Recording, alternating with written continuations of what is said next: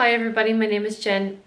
I am law hero and this channel makes videos about law, tries to help people out, and we're knee deep with video number 4 on the March 2020 FE1 papers, and today we're looking at contract law.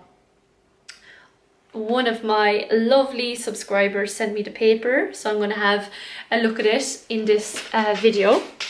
And yeah, I haven't seen it yet, so I'm just going to go off my first impression. So question 1 is a problem question. Oh, and by the way, in the contract law paper, it's the most structured paper because there's 4 problem questions and 4 essay questions, just like that. So like the last 4 will be the 4 essay questions. So anyway, question 1 is a property developer interested in purchasing a piece of land. She approaches him after an hour of discussions. She says that she'll buy it for 70k. When she asks for a deposit, he says, leave that sort of thing for the solicitors. She emails him, great to talk, I'm happy with the 70k, I'll get in touch, blah, blah, blah. He replies, fantastic, chat then. However, the next day, when he contacts her to say he is not going ahead with it, she says, because he says there was not a fully concluded agreement as they never agreed on a deposit, and even if there was an agreement, it was only an oral agreement and not enforceable. She sends a check in attempt to secure the sale, but he doesn't cash it and he returns the check, and now she wishes to enforce the contract. Okay, so sounds to me like promissory estoppel. Remember, if it's land, there's the formality that the contract has to be in writing. Yes, fantastic, we'll chat then, was a positive assertion.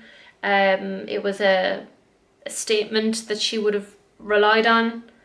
I mean, they had met as well. They had an hour discussions, all that kind of thing. That would lead pretty well. So yeah. Question 2. Oisin is the manager of a transport company, fleet of 50 lorries and vans. 10-year contract, blah blah blah, written contract. There we go. Okay. If you want some info on terms of a contract, go to chapter 3. Question 3. Neve owns a commercial cleaning business. She's an electric trainer, specialized cleaning equipment. He doesn't deliver. Numerous emails. He doesn't deliver it until mid-May. So immediately we see that he's in breach of contract. Delay is getting la la la. Okay, so she's lost money because of the breach of contract. So you're thinking here damages and remedies for damages for breach of contract. That would be question 3. Question 4. Maura is the owner of Comfy Cafe. She decides to expand her cafe and hires Bob to complete an extension. Goes until 31st of January. The penalty clause. Okay. Bob enters into a subcontract. It just says it includes a penalty clause, which says that Bob will be liable for the loss. Okay. For any delays. Okay, so they had that under contract and he was delaying. So that's fine. Yeah, I think it's more about the subcontracting and the part payment.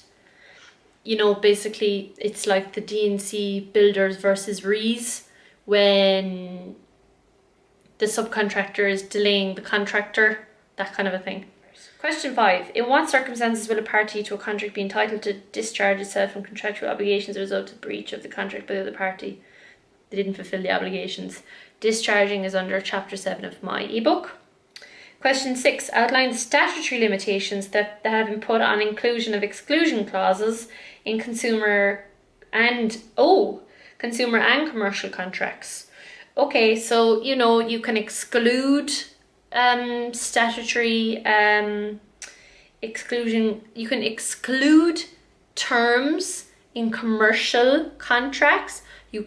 If it is fair and reasonable, you cannot do so in consumer contracts. Consumer contracts are business to consumer, business contracts are business to business, and that is all under chapter 9 of my ebook. Question 7. With reference to Irish case law, explain the difference between a penalty clause and a liquidated damages clause. Yeah, so question 7 was the penalty clause and the liquidated damages clauses, and they're under terms of a contract. Do you notice so far we've had no question on mistake? I wonder, is it in the last one? Oh yeah, here it is. you see, it's always the same stuff every year. Always the same stuff every year. I could almost like tell that we're missing something. So yeah, question 8. With reference to case law, outline the circumstances in which it is possible to declare a contract void or voidable because of common mistake of the parties. They were both mistaken as the same thing. B. Consider how the law relating to either promissory estoppel or legitimate expectation have had consequences for the rules governing the formation of a contract. I don't really cover legitimate expectation. I cover promissory estoppel under chapter 1 of my ebook. So yeah, I mean, that's me quickly going down through contract. I think it was pretty easy actually. That seemed like a pretty easy contract exam. There's plenty of variety. What wasn't asked? Misrep, duress, undue influence, that kind of stuff. Consumer contract was only asked kind of in a very small way. Bulk of it was around terms of a contract. And we see this time and time again with this examiner. They really want to see, do you understand terms of a contract? And I think people really don't, especially when they come to me. Like they don't understand that if,